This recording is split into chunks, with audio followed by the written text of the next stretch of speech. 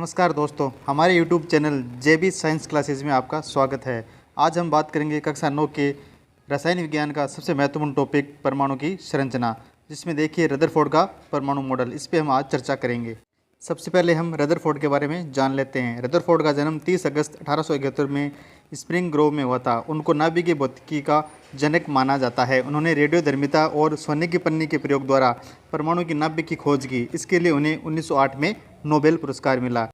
Thompson ने जो परमाणु का मॉडल प्रस्तुत किया, उसको लेकर रदरफोर्ड बहुत जिज्ञासु थे। वो ये जानना चाहते थे कि धनावेश परमाणु में कहाँ कहाँ व्यवस्थित होता है और इलेक्ट्रॉन किस तरह वितरित होते हैं। इसके लिए देखिए उन्होंने एक प्रयोग किया जिसे स्वर्णपत्र प्रयोग भी कहते हैं। इसमें उन्होंने सोने की पन्नी को चुना क्योंकि वो बहुत पतली परत चाहते थे और सोने की पन्नी इसके लिए उपयुक्त थी। रदरफोर्ड ने अपने प्रयोग के लिए अल्फा कणों को चुना, जो कि हीलियम के धनावेशित कण होते हैं।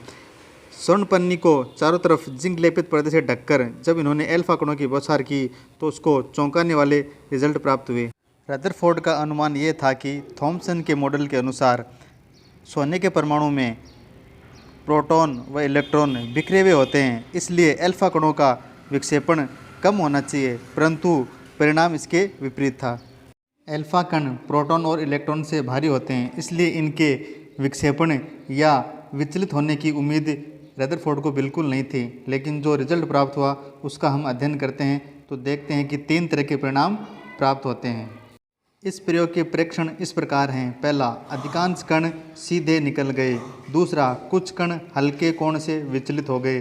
तीसरा, लगभग 20,000 कणों में से एक कण टकराकर वापस लौट आता है।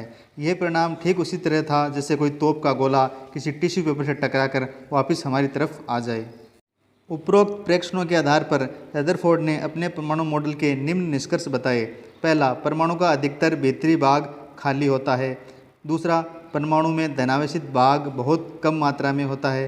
तीसरा, परमाणु का पूर्ण धनावेशित भाग इसके मध्य में सीमित है। अर्थात रदरफोर्ड के अनुसार परमाणु का मध्य भाग नाभिक होता है और इस नाभिक की त्रिज्या परमाणु से काफ़ी छोटी होती है।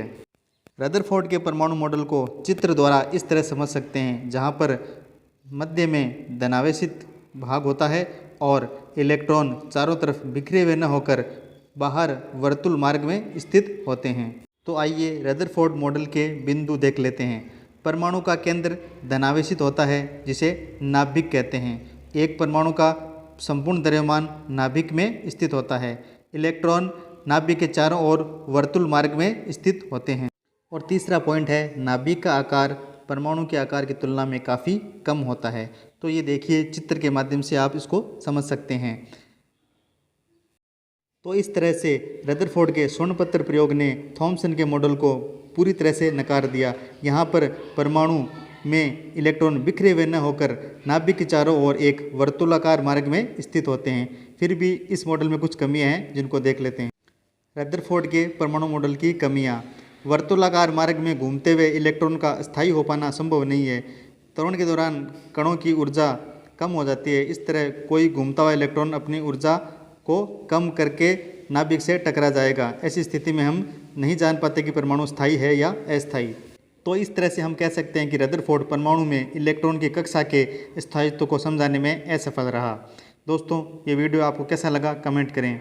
हमारे चैनल पर 5000 व्यूज़ आने पर सभी दर्शकों का बहुत बहुत धन्यवाद। अगर आप इस वीडियो में नए हैं तो चैनल को सब्सक्राइब ज़रूर करें।